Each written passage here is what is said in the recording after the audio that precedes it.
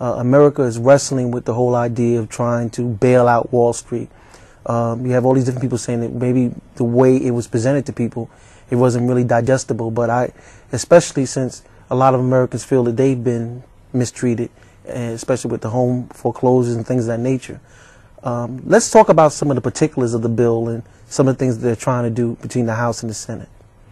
Well, I think one of the things that made it a little unpalatable for the public is the lack of knowledge as to what it entails. I mean, you just hear figure $700 billion, Right. you know, going to the banks, and then you don't know what's going to happen after that. And then we hear it's going to cost us, you know, but so much money.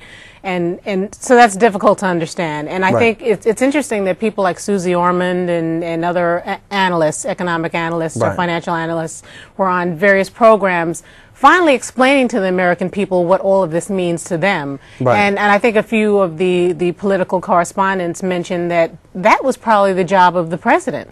Because the president came out and just gave us that whole fair speech once again. Exactly. Do it or else, you know, we can't wait, we just need you to go ahead and do it.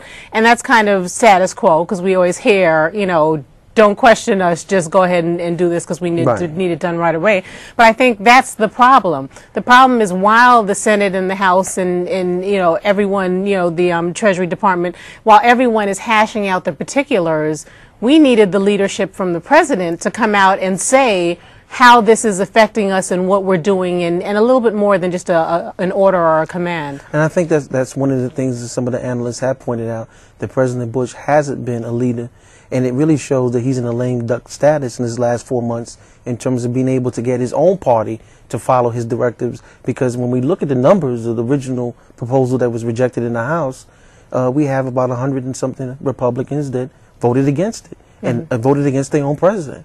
So when we talk about the House bill, we always want to talk about economic responsibility.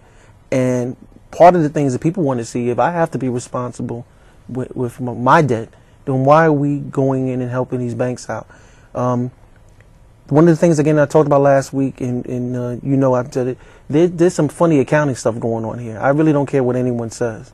And I think that I don't really know how there's not someone going to jail behind some of this stuff, because I didn't even know within the Senate proposal they're talking about when you look at the asset allocation information on the balance sheet, it has to be based on real numbers.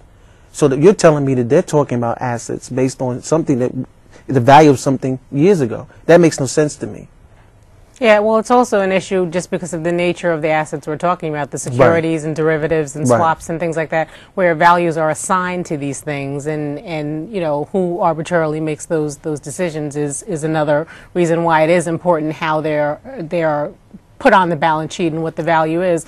But I think the issue is that you come up with a figure of $700 billion. Right. You had to arrive at that somehow. Exactly. And the mere fact that we don't have any background information as to what's going to happen once that $700 billion, and no oversight, you know, with the original proposal. Exactly. No oversight, you know, then you start to worry, okay, how does that affect us? And and although we heard a lot of what sounded like rhetoric in terms of Main Street and Wall Street, Right. the end result really is, how is that going to affect the individual? So all these people who are losing their homes and going into foreclosure or in foreclosure already, Right. you know, if you my understanding of what the whole bailout is, whether you want to call it a bailout or a rescue, as McCain mentioned, Right. is that they want to get the bad debt off the books of the banks. They want to throw capital into the economy so that we can now have a situation where it's not affecting all these credit abilities to extend credit and things of that nature.